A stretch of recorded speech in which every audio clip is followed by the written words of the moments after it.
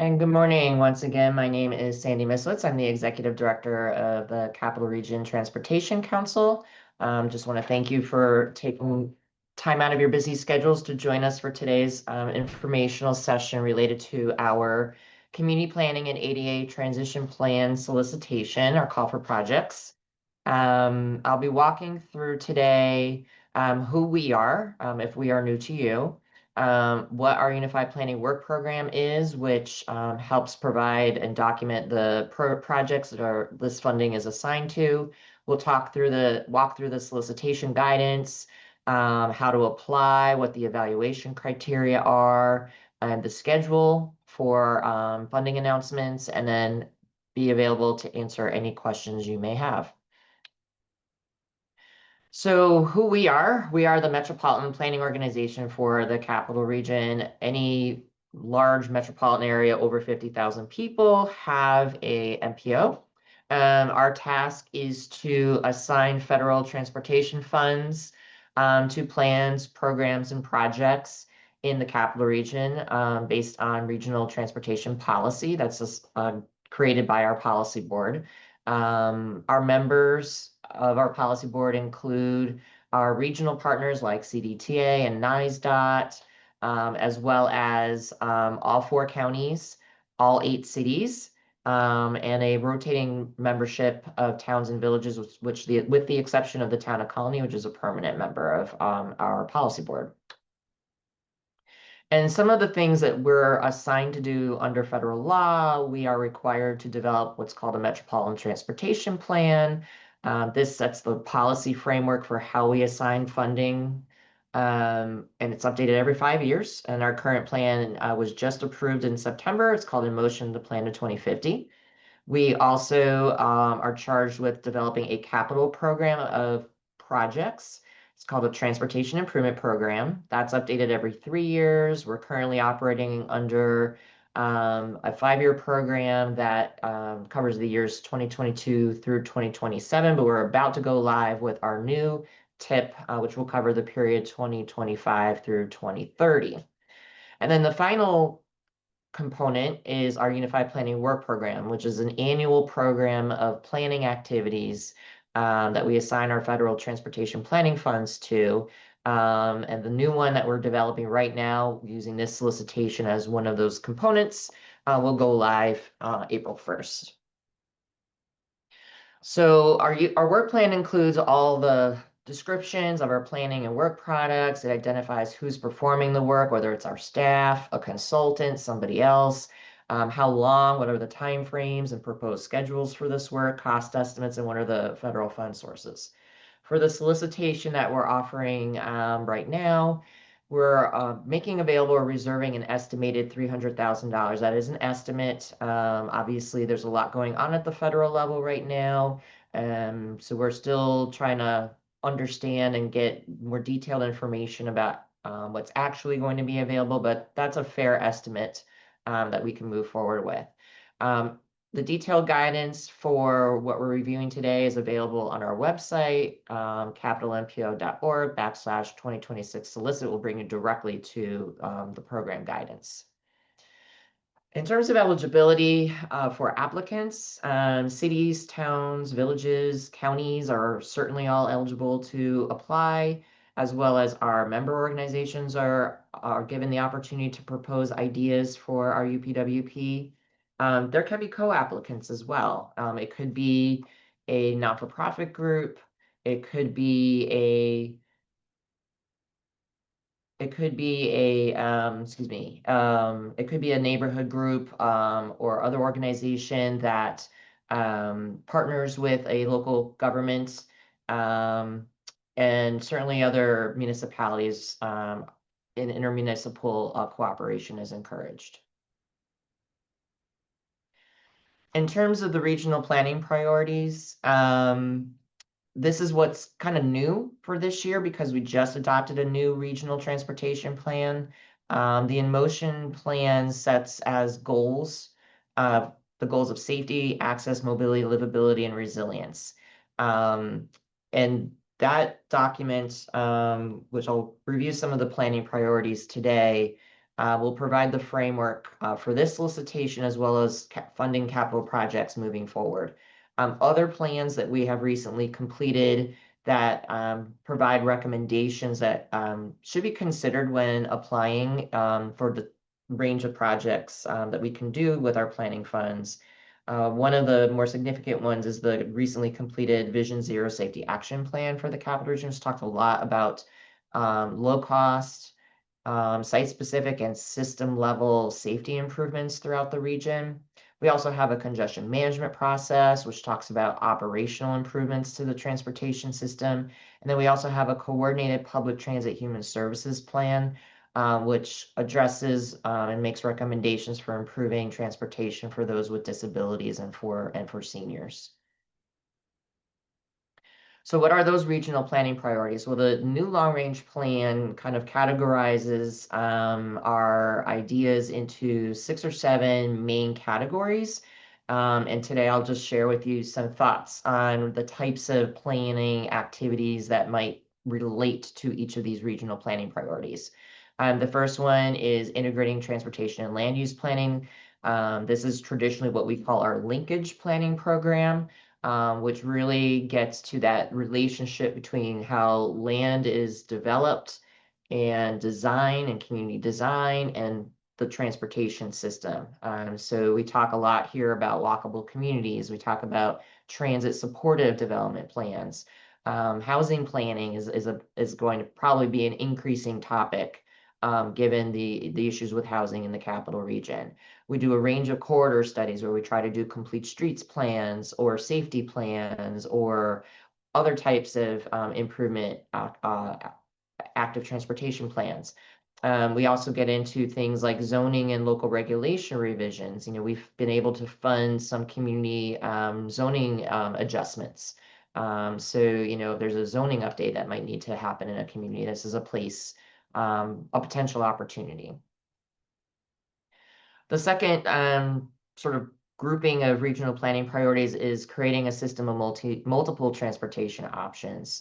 This really gets into ADA transition plans, making sure communities are thinking about PROAG, which is the public right-of-way accessibility guidelines, and implementing those locally through the development process and through other processes, developing active transportation plans, micromobility plans, complete streets plans, thinking about safe routes to school and transit plans, making sure we're thinking about vulnerable road user safety, and data collection. The next group is enhancing the operation of the transportation system. And again, this kind of ties to making things flow more efficiently for all users of the transportation system. So this category might include activities such as intersection analyses or traffic signal retiming and coordination. On the transit side, it may include thinking about a transit signal priority or queue jumpers or other types of transit infrastructure. In terms of community design, it may be things like access management and street connections, sidewalk connections, speed studies, speed management plans, and truck access and circulation studies, which is a common challenge that a lot of communities are facing. We also use include in our plan the support of economic development initiatives in the region, job creation, jobs access, using tools like the generic environmental impact statement approach, which we've used in a few communities in the region to develop mitigation cost programs, which allow communities to formally collect mitigation funds to then spend on transportation improvements. And they can be multimodal improvements, not just roadway improvements. Again, that jobs access planning, additional access to transit planning, transportation demand management is a growing area for us, and we hope to revamp our transportation demand management options, freight planning, and special events planning. In terms of planning for resiliency, we have planning for a resilient transportation system. So, some of these kind of planning concepts overlap some of these planning priority areas.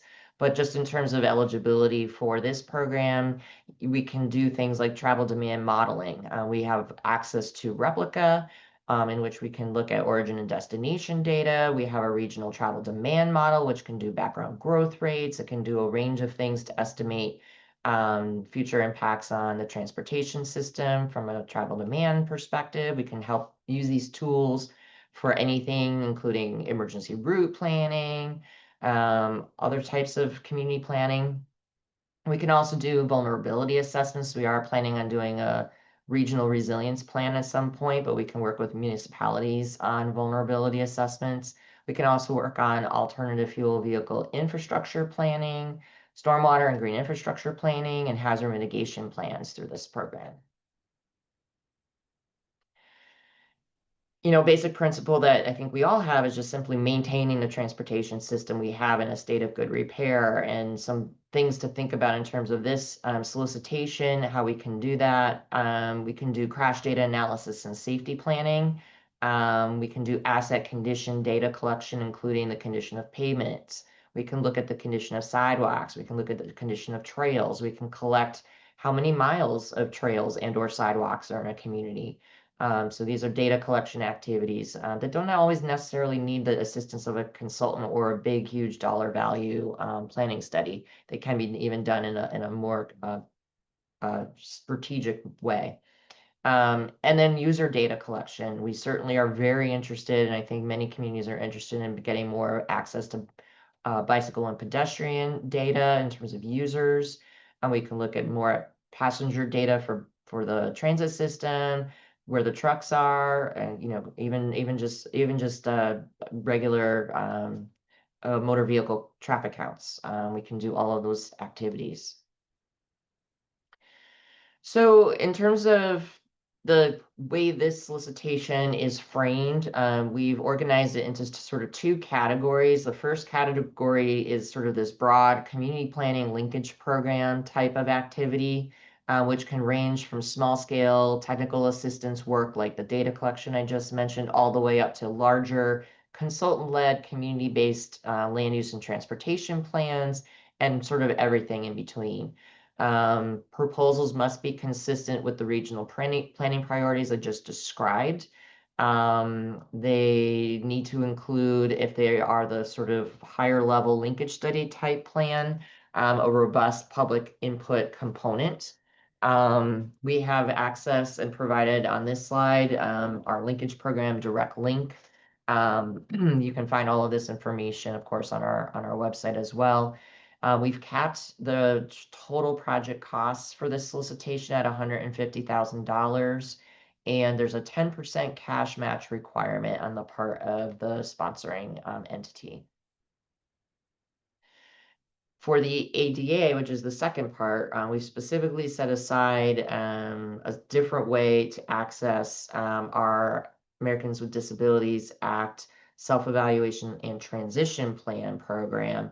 And this is specific for communities interested in collecting condition data on their sidewalks and public rights of way related to ADA, and developing either a transition plan or maybe other types of municipal policies, a complaint or grievance process, all of the things that would go into an ADA transition plan. Similarly, we've capped these requests at $150,000 with a 10% cash match.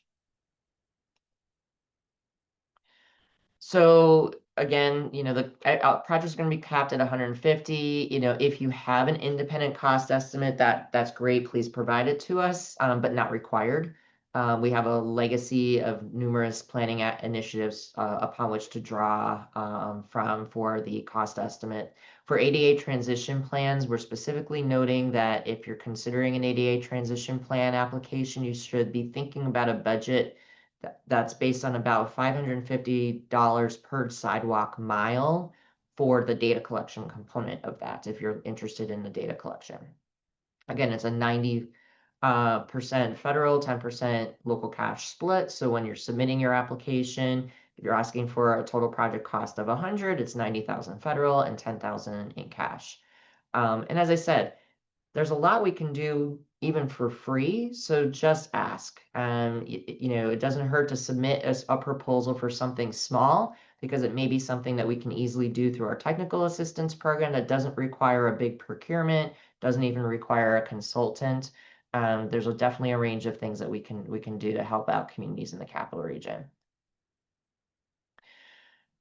For applying, we use our online form called Job Form. We have two pathways, again, sort of that local and regional transportation planning linkage program solicitation form, as well as the ADA one. I will advise you, if you are working on two applications at the same time, you may want to save your work in one and complete and submit the one before starting the other, just because of the way the cookies work. Just a piece of advice on that. In terms of the application components for the linkage community planning type work, the general information that needs to be submitted are sort of the basic applicant information, a description of the project, how it relates to other either local community plans or the regional planning priorities I just described. What are the desired tasks or deliverables that you're looking for? If it's applicable, uploading a study area map, if it's a sub area of a community. Again, the proposed budget. And we'll also need a letter of commitment from the lead elected official in the municipality in which the project is occurring. And if you are doing a planning study or proposing one on a roadway that is not owned by your community, for example, if it's a state highway within a town, we'll just need a letter of commitment from the roadway owner to ensure that they're aware of the planning study and okay with the application. The evaluation criteria for the community planning and linkage program component of this. We look at what are the planning needs, are they clearly identified, and as well as the desired outcomes, how the proposal addresses the goals of our emotion plan, how it relates to those regional planning priorities, if the proposal actually implements a recommendation from a previously completed transportation council plan, so whether that's a linkage program plan or one of the regional plans I mentioned earlier.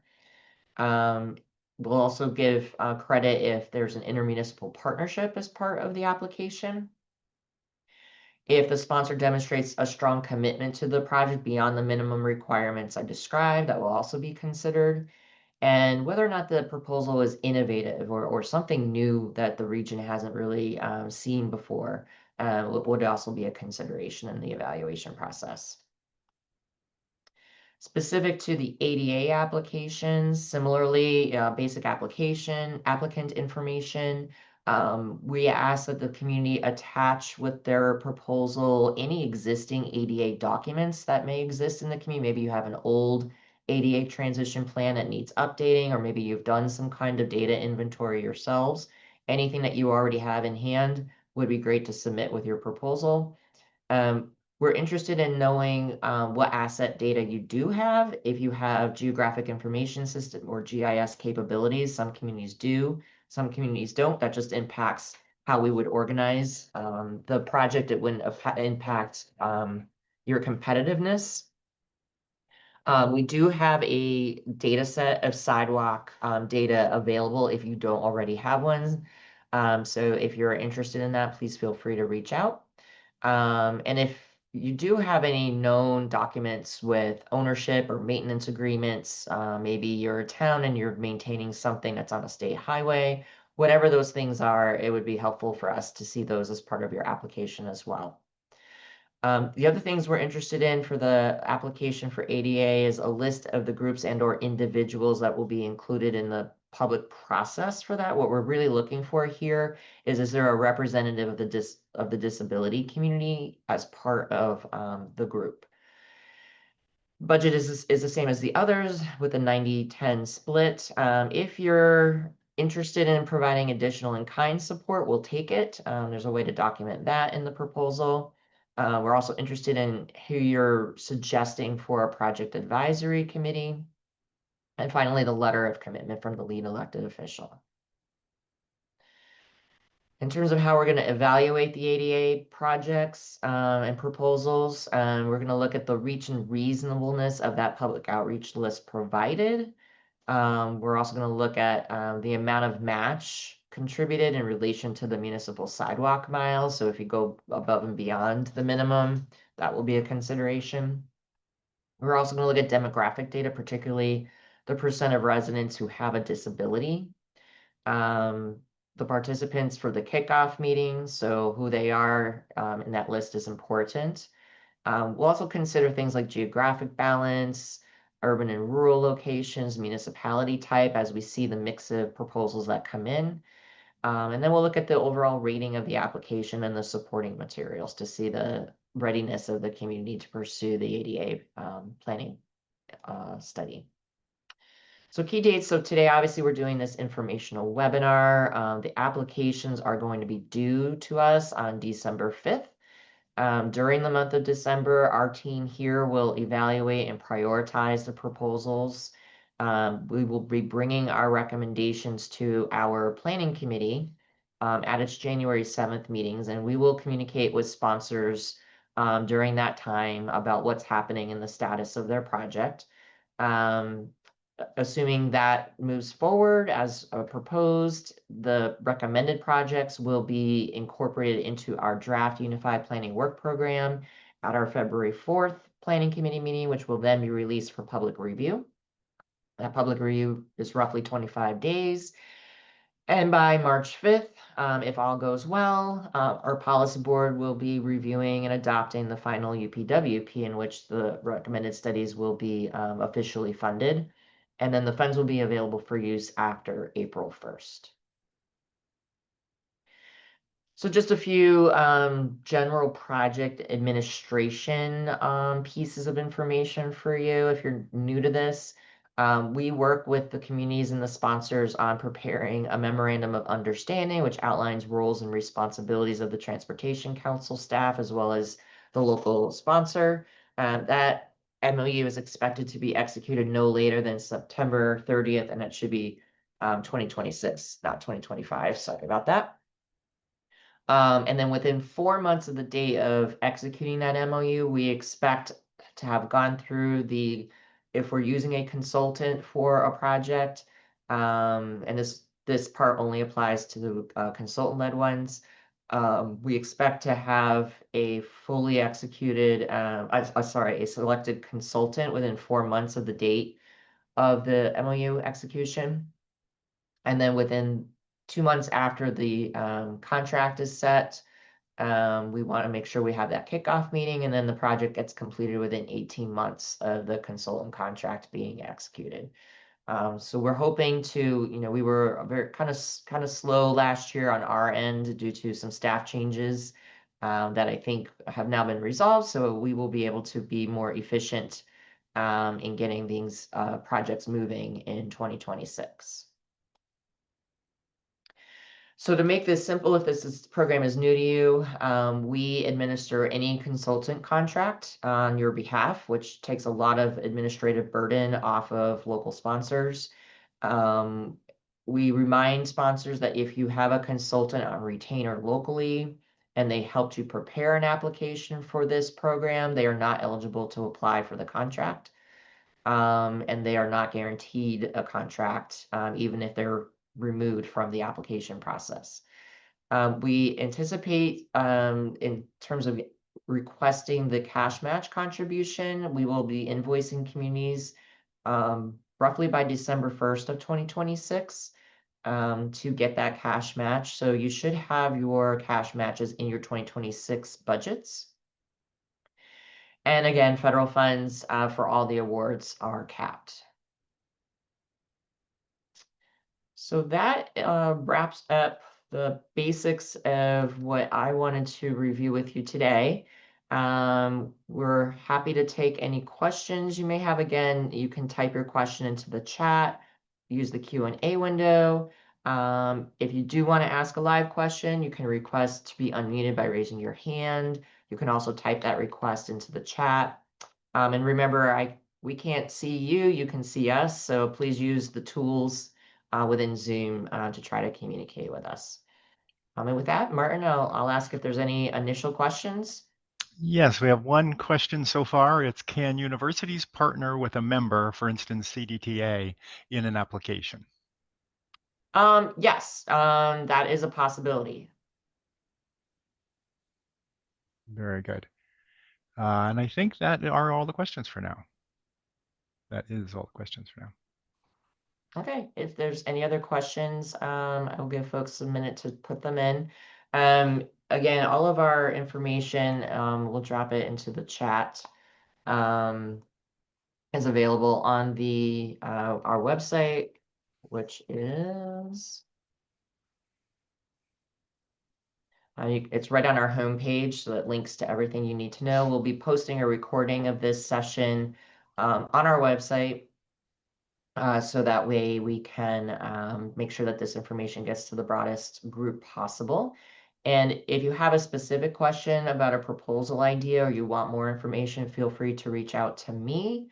And with that, I think that is all I had to say. So I will just share my screen one more time with our contact information.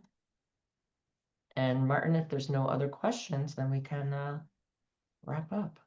Let's see, not right now, no. Okay, well, feel free to contact us at info@capitalnpo.org. If you happen to have my email directly, you're welcome to email me directly. Sign up for our e-news if you want to stay on top of everything that's going on here at the Transportation Council. And with that, I'll thank you for your participation today, and we look forward to hearing from you. Thanks, everyone.